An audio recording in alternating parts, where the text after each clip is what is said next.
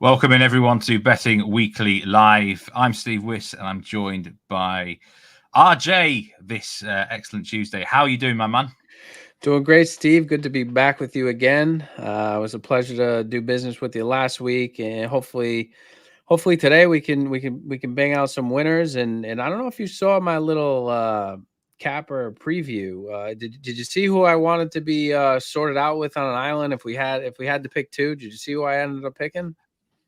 Do you know what? It's a plug-in here to the Q&As that we've had through on the Because We Win team. 10 questions. There have been different questions to all the handicappers, and I saw yours earlier. And yeah, it was a lad's night out, I think, wasn't it? Pick two, and I was in the list, so I appreciate you. Dan Roebuck as well. Yeah, you know, dangerous Dan, as he's been. Dangerous Dan, yes. Yeah, we're due. We are due for that dangerous night out. One of the questions I thought might be on your 10 is, what is your actual name? Because RJ, where does RJ come from? So my name is Ryan. My last name is Guertin. You've probably seen it on the YouTube description. RJ was RJG, my initial, so Ryan Joseph. So Joseph is my middle name. So everyone just started calling me RJ on Twitter, and it stuck. So I'm RJ for now. But people who know me well do not call me RJ. So it's my Twitter personality. Well, Ryan, let's get into the show. Let's do it. Right, we're going to start with, we've got your Champions League qualifying to talk about. We've got ATP Tour Tennis. I'm going to give that a big plug. A bit of Copa Libertadores later as well, and some market moves, big bets, market review later on. Welcoming everyone. If you've got any questions, if you've got any comments, do put them up into the chat. We'll do our best to answer them and put them on the screen as well. Appreciate your time. As always, Champions League qualifying now reaches the crunch stage, RJ, and 3 matches this evening in Europe. We've got all these matches start at 3 p.m. Eastern time. We've got Glimt against Red Star Belgrade, Dinamo Zagreb against Qarabag, Lille against Slavia Prague. And I'm going to start with the top game. Glimt, a team I'm very familiar with in Norway against Red Star Belgrade. Might be on your betting ticket as a different name, actually, Red Star Belgrade. They sometimes go by the Crvena Zvezda name. Zvezda, yeah. Yeah. So that's what they are. They're the same as Red Star Belgrade. There has been some money here for the over, RJ. I can tell you that. The over 2.5 has been backed well down now. It's minus 148 with Bet Rivers at the time of recording. I must say, I do like that bet, actually, over 2.5 goals in the... minus 177 now is the... that's a huge move, isn't it? Minus 177, Glimt, Red Star Belgrade, over 2.5. I do like the goals, but my favourite bet for this game, RJ, is Glimt on the money line at minus 143. It's the same price now at the time of going live. I've got an interesting stat for you. Glimt, of course, are located inside the Arctic Circle. They're one of the most normally professional soccer clubs in the whole world. Since 2001, they have played 29 games at home in Europe, and they've won 22 of them. 3 draws, 4 defeats. Only the likes of Arsenal, PSV Eindhoven have managed to come here and actually beat them. One of the Belgian teams as well, I think it was Genk, who managed to get the victory. This is a fortress. 20 out of 29 home games in Europe since then have been over 2.5 goals. It's on an artificial surface. Now, artificial surfaces are quite common in stateside, but in Europe, it's a bit of a controversial thing. A lot of soccer players like to play on grass, not artificial. Yep. So this is a tough place to go. And I also think that Glimt know they've got to get a win tonight. The second leg is going to be in Serbia. Now, that is a very, very difficult place to go. Just search up Red Star Belgrade Tunnel on Google, and you will know exactly what I mean. But I think on the money line, Glimt minus 143. That's my best bet for the game. I do like the over as well, but over 2.5 at minus 177. That's just not backable, really. I would have to go the Asian goal line of over 3 there. I do like the goals. They're full of goals. I think something like 3-1 could happen here. I know you've got a lean in this game, RJ. What do you think? Yeah, all your analysis, Steve, resonates with me, and I see Raymond in the chat. Hey, Ray, it looks like he locked in both teams to score and over 2.5 and plus 105 last night. I I was partial to potentially backing the over myself, but my stronger lean was Bodo Glint on the Asian handicapping line minus 0.75. I believe at minus 113. Currently on Bet Rivers, it's minus 113. It's minus 143 was a little bit steep for me, but I could see Bodo edging out this match. Like you say, they're traveling to the Arctic Circle. I believe it's a very long distance flight for this Red Star Belgrade team. Something around the 4,000 kilometer is what I saw. Could be off there, Steve. Maybe fact check me, but I know it's not a short distance for this travel for this Serbian side. Bodo Glint are well under their way domestically. I believe they scored 20 goals in their last 5 consecutive home matches. So they're certainly in top form, and I would expect them to get the win. So my strong lean would be minus 0.75 here for Bodo in this match. Yeah, we both like Bodo Glint to get the win here. It is a long distance. Perhaps this time of year, it's maybe not quite such a tough place to go because the weather forecast is quite decent. It can get very, very cold in November, December here, and that's when they really can make the most of their home advantage. But I think they get the win here, Bodo Glimt against Red Star Belgrade. We're going to move to the Lille against Slavia Prague game. Some of you might have seen RJ's pick for this already if you follow us on X. You did a very good preview on this game earlier in the day, but for those who haven't seen it, just put the odds on screen again for Lille against Slavia Prague. Lille minus 134 favourites tonight. Slavia Prague now plus 390. They've drifted a little bit. There has been money on under 2.5 goals for this game today. In fact, the main goal line now is actually 2.25. And that is where you are heading in the direction of RJ. The goal line here, but which way are you going? I'm taking the road less traveled, Steve, mainly for me, and I know for you as well. I'm looking at under 2.5. So last night, or even earlier this morning when I looked, it was around minus 130. It's now minus 152, I believe you just posted, right? So there's been some strong movement towards the under.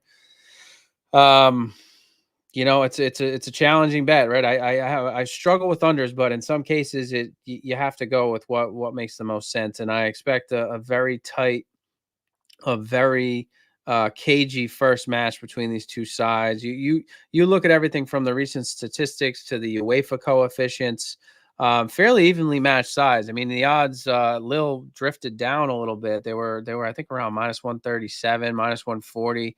Around the minus 125 mark now. But both these sides, if you look at from a statistics perspective, Lille has lost just once in their last 11 matches. They've lost just twice in their last 17 home matches. Slavia have won 10 out of their last 11. So there's really not too many kinks in either of these teams' armors, right? And because of that, I expect a tight an initial match. I could see I do have a lean with Lille on the money line here. I do expect them to be victorious. I can see a 1-0 type match, to be honest. That's what I hope for. And it is important to note that Lille is not playing at their home stadium. The Olympics obviously being held in France, they leverage their stadium, so they'll be playing at a remote location. It's in Valenciennes. Valenciennes, I think it's at. Which is ironic because Valenciennes are actually one of their rivals. It's kind of like Leeds playing at Old Trafford in a Champions League game. It's kind of a bit of a strange one, but they did play well in home match against Fenerbahce, I must say. One thing I've got to add about anyone betting on these Champions League qualifying games now, if you go through to the Champions League group stage, it's worth about $20 million to a club. And that's a lot of money for these clubs. This is not like Premier League clubs. It's huge. And I read something, I think Rangers, who are now knocked out, the Scottish team, they had actually budgeted to qualify for the group stage. It's to do with like redeveloping the stadium and things. So already they've had to reevaluate after getting knocked out. So it's massive for these teams. There's more pressure on some than others. I think for Lille, the French sides don't have a good record, by the way, in qualifying at all. Slavia Prague are plus 140 to qualify for the next round. I'm not saying I'd back it, but I think Slavia Prague are a bit underrated here. There's a lot of pressure on Lille to make it through, and Slavia Prague are very, very good at home. But just before me, that question from Philly guy about the Spurs match yesterday over 2.5. How did Spurs not win the game? They missed a lot of chances. So many chances were missed. It's fair to call out too, Steve. Right? It's the first match of the season, right? You know, as time goes on, you expect these teams to capitalize on some of the bigger chances that they didn't maybe earlier in the season. And another call out. You see how the cohesion worked between us? I said at a remote location, and you clarified with the name. How is it? Valenciennes? Valenciennes. See that? I wanted it to come from the pronunciation master. So good teamwork there. Appreciate you. Dave Clark, welcome in. Good to see you on board. Kirk as well. He's got Budo and over 2.5 at plus 138. I think that's a good bet, to be honest. Got to be honest. Combine that in the same game. At that price, yeah. I say I think 3-1 looks about right. Just one other game I want to talk about here, and it's Dinamo Zagreb against Qarabag. Two teams that some people might not have heard of. Qarabag are from the country of Azerbaijan. I actually think they are a little bit underrated in the tie overall. I've noticed that they have started to play a lot better away from home in Europe, RJ. Scored a lot more goals away from home. There's been a big move for the over 2.5 goals in this game. 70% of the money is now on the... 97% of the tickets are on the over now in this fixture. And you could have got... I mean, it's come in from minus 110 to what is now minus 148 for over 2.5 goals. So a lot of money for the overs in the Buda Glimt game, a lot of money for the overs in the Dinamo Zagreb game. And I mean, I do quite like the over here, I must say as well. But when you know, the prices now are getting a little bit too short. The one I would quite like here is actually Qarabag to qualify at plus 120. I think there's not much between these teams. I think it should be a pick'em, about minus 110. And Qarabag have proved themselves away from home in recent away ties. And Dinamo Zagreb, they are the best Croatian side, but I think there's not going to be much between them. But, I mean, it wouldn't surprise me if Zagreb won the first leg, but Qarabag are more than capable in their own backyard of turning that around. Any quick prediction on that game, RJ, at all for you? Yeah, so this looked like an overmatch for me, to be honest with you. It almost looked too obvious. And I think in some cases when it looks too good to be true, and you see 96% of the money according to Bet Rivers is on the over, you know, sometimes it may be. I like Qarabag as well. I see Jason in the chat loves this Qarabag team. I really, really do. Juninho is a star for them. You know, parlaying. I see Ian's chat about the parlay. I typically try to, you know, unless there's a good reason, especially in tournaments or competitions, I would avoid the parlays, stick with single bets personally. That's my opinion.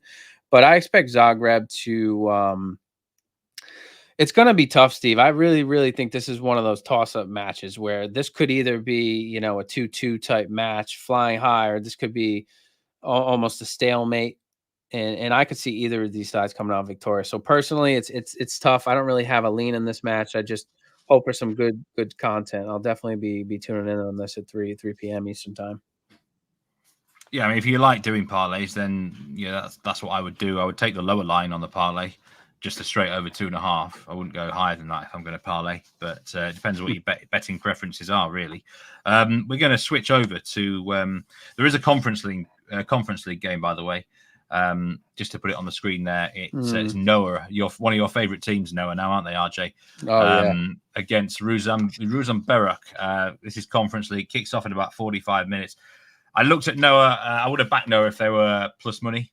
I've got to be honest, but they're just too short. I think they will win the game. From Armenia, Noah. I can't really give too much of an opinion on this game. I think it's a tough one. A lot of pressure on these sides now to qualify for the group stages, like I said. But good luck if you are taking anything in that particular match. Going to move to the tennis. First of all, I want to give a big plug to a video game bet match with Sean Calvert and Nigel Seeley, which has just been released. I think it's about an hour ago. So I'm going to put that in the chat there for anyone who wants to watch it in a minute. And I'm going to put some odds on the screen now. We are in ATP Winston, Salem. When I first saw this venue yesterday, I thought it was the place up near you, RJ, near Boston, there where the witch trials and that were back in the day. But it's a different venue completely down in South Carolina. Nothing wizardry about this place or whatever. But I do know there's 2 matches which Sean Calvert is particularly strong on today. It's the Moutet against Safiulin match and Fucsovics against Michelsen. And he likes both dogs here, Moutet and Fucsovics. These matches start at the Fucsovics match starts at 8 p.m. Eastern, and the Moutet match starts at 6:30 p.m. Eastern.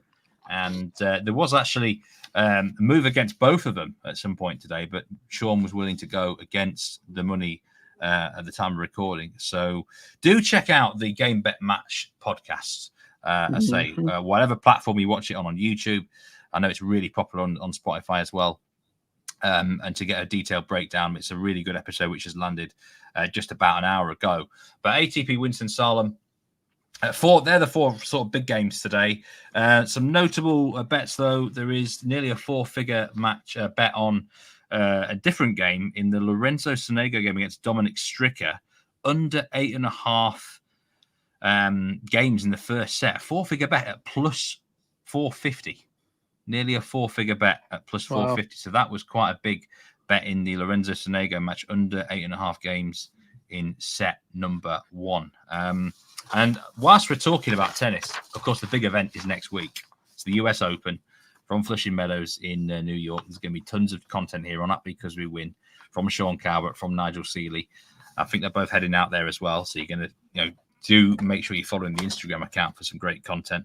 But the money for the US Open at this point in time, Carlos Alcaraz at plus 150 with Bet Rivers. 65% of the outright tickets are on him, and nearly 30% of the money is on Carlos Alcaraz at plus 150. Yannick Sinner gets 10% of the money. He, of course, won last night in Cincinnati, but he's not fully fit, I don't believe.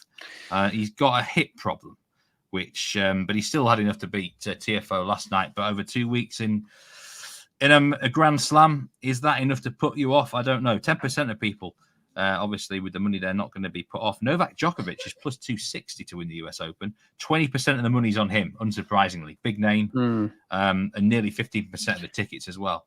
So Yannick Sinner, yeah. Sorry, Steve. Yannick Sinner is lucky to be playing, right? He got test positive for doping twice, right? But he's not banned, from what I can tell. I don't know the ins and outs of that, actually. Yeah, I saw something that just popped up recently. Really? But he's allowed to play, not banned. So lucky him. Well, you're innocent until proven guilty, aren't you? That's it. And Zverev, Alexander Zverev, has 15% of the tickets at 10-1. Probably the most popular sort of decent, juicy price out there on the outrights. And on to the ladies at Flushing Meadows.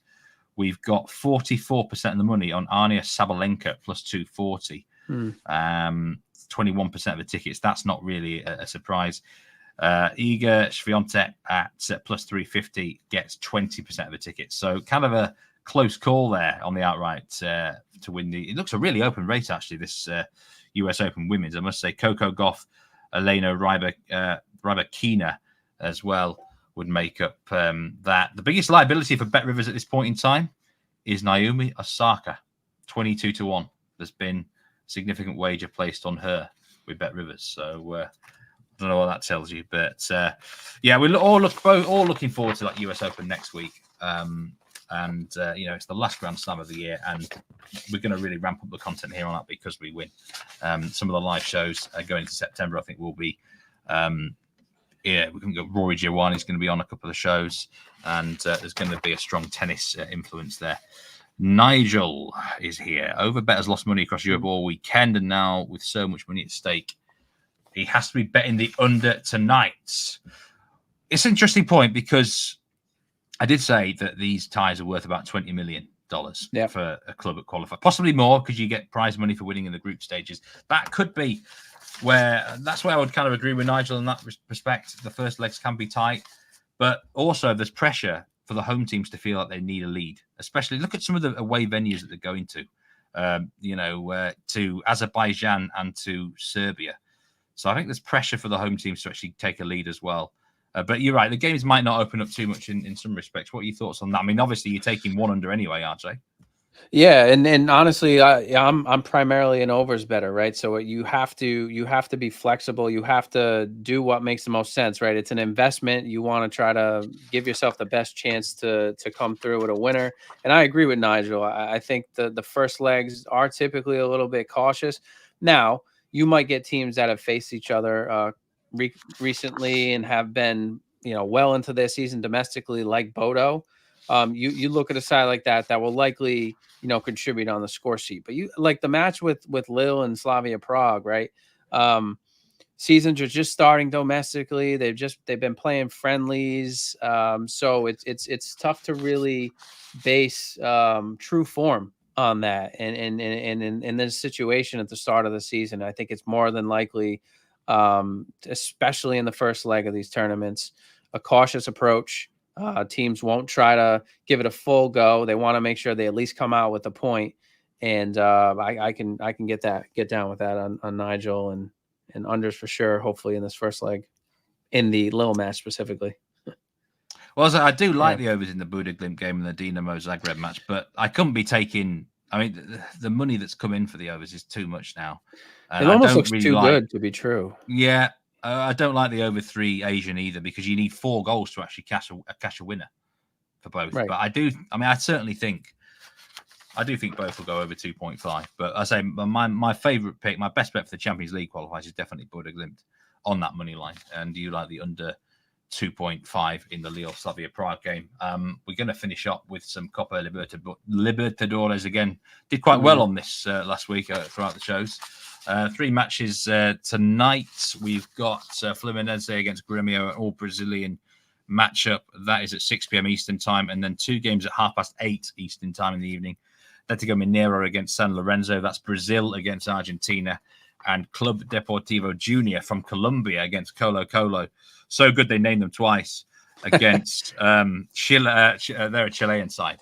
The match that interests me, probably the 2 that interest me the most, the Fluminense Gremio game. I think that's really hard to call. 2-1 lead for Gremio.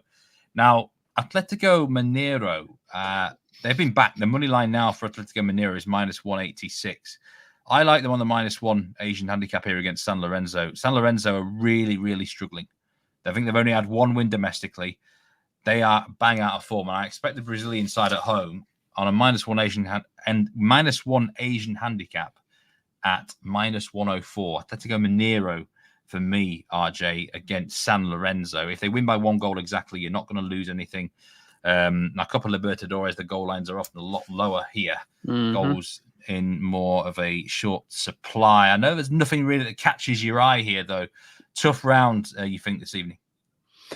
I do. You look at the first match, Fluminense versus Gremio, 2 Brazilian sides. They have obviously a history against one another. This is the second leg, so Fluminense is down 1 goal. It was 2-1 win for Gremio in the first leg. Challenging. I could see a stalemate there. To be fair, I like the looks of draw potentially. Atletico, again, that is 1-1, right? Heading into the second leg, I expect the Mineiro to, should prevail. But these matches are tricky. I think in the Mineiro match, I was looking at cards, Steve, and I'd have to refer again to my notes, but I'd take a look at cards in that. I think I saw an average of 5.6 cards per match between both those sides in this competition. So there could be in any time in these South American tournaments and matches, it could get a little feisty, mainly in the first leg, but there is potential here for that. And then, the match Junior against Colo, that's a very tricky read. I would lean under on that, but I think under 1.5 is -152. So there's really no value there. Over 5.5. The cards, by the way, in the Mineiro game, over 5.5 -124. If you want to close that, but you often do get a lot of cards in South America. The goal line, actually, there has been the biggest money move in the Copa Libertadores today is in the Colo match, and there's been money for the under 2 Asian goals now. Is close to even money, and 74% of the money is on the under for this game. Now, you don't often get that because overs are obviously a lot more popular for most bettors. So to get 74% of the money on the over in the Junior Colo game, I mean, Colo take a 1-0 lead. They are experienced campaigners in the Copa Libertadores. They're one of the best sides in Chile. And I think I would be very tempted to take them on a plus 0.5 Asian handicap. But they could still go through in extra time by losing. So that puts me off. I've got to be honest, I don't know a lot about the Colombian side, Club Deportivo Junior. They're not a team I've been very familiar with down the years. So I know some of the other bigger clubs in Colombia, like Millonarios and Atletico. America de Cali. And that's it. Yeah. Junior, I'm not too familiar with them personally. There was a question, sorry, comment I just want to pop up on screen there. Someone said that whenever the majority of the money, Henry VIII, that was it, is going one way, go the other way is my golden rule. I mean, that's the bookies never lose. Well, that's probably true, but you know, I don't know. Loads of people have different rules for where the money's going. Personally, I think you've got to. I think late moves are more important when you've got team news. It depends on the sports, I suppose, doesn't it? But do you have a rule there or not, RJ? Do you try to ignore it? Yeah, I'd pretty much ignore it. To be fair, I once I lock in my selection, usually the day before. Right, it's not dependent on lineups outside of anything that I already know, but I stick with my approach, whether that's usually data driven and just focus on that. If there's movement after I lock in, or if there's anything that's out of my control, I don't usually let that sway my initial decision. Just before we go, a quick market review on some of the biggest wages placed today at Bet Rivers. And we are in the baseball here. Milwaukee Brewers to beat the St. Louis Cardinals. Significant four-figure bet here. $3,000 on the money line for Milwaukee, plus 110. Kansas City Royals as well, minus 192 to beat the Los Angeles Angels. We've got a US Open qualifier on the tennis. Big tennis bet here. Elias Ema on the money line to beat Patrick Gibson. And finally, Jessica Booz's Mineiro on the money line to beat Varvara Grasheva, WTA Cleveland. All significant four-figure bets and a massive bet in advance. We're going to talk about Bundesliga here, German Bundesliga. $10,000 on Leverkusen. Draw no bet against Mönchengladbach for Friday night. Now, to be fair, you wouldn't have lost if you placed that bet on any Leverkusen game in the Bundesliga last year. But still, brave person, first game of the season there. $10,000 on Leverkusen, draw no bet. So I don't know whether that person believes that the price is going to shorten in. Hello, Nico Leo. Great to see you in there. Yep. And one question again, RJ. Are Leverkusen going unbeaten this season again or not? No. The answer is no. No. That's never. I don't think you'll see that in history. Two teams ever to go. When did they get beat? What months did they get beaten in to end their unbeaten run? Then I would. I don't even know their fixtures. To be fair, I don't know when they're playing Bayern. So that fixture schedule. But I mean, I'll be honest with you. I think Mönchengladbach's going to be a bit of a challenge for them in match day one. I really do. 0-0 last season, I think. Yeah, I reverse game. You look at all the stats and some of the transactions. I mean, Bayer Leverkusen didn't really have great showing in their friendlies recently. I think they've had some mixed form. I think they lost poor against Arsenal. 4-1. Very poor against Arsenal. But maybe that was the wake-up call they needed heading into the season. Yeah. But they'll lose by September for sure. There you go. I called it. Loss in the book by September. Anyway, that's it for today. Thanks everyone who joined, either live or on demand. Appreciate the comments. Hit that like button if you're not already, and we would appreciate any subscriptions as well to the channel. It really helps us out. So thank you very much, RJ, as always. We'll see you next time. Tomorrow I've got James Easton on the show to talk more Champions League soccer plus a lot more. But stay safe, everyone. Take care. And remember, do check out the Game Bet Match podcast as well with Sean and Nigel. Take care. See you next time. Take care, everyone.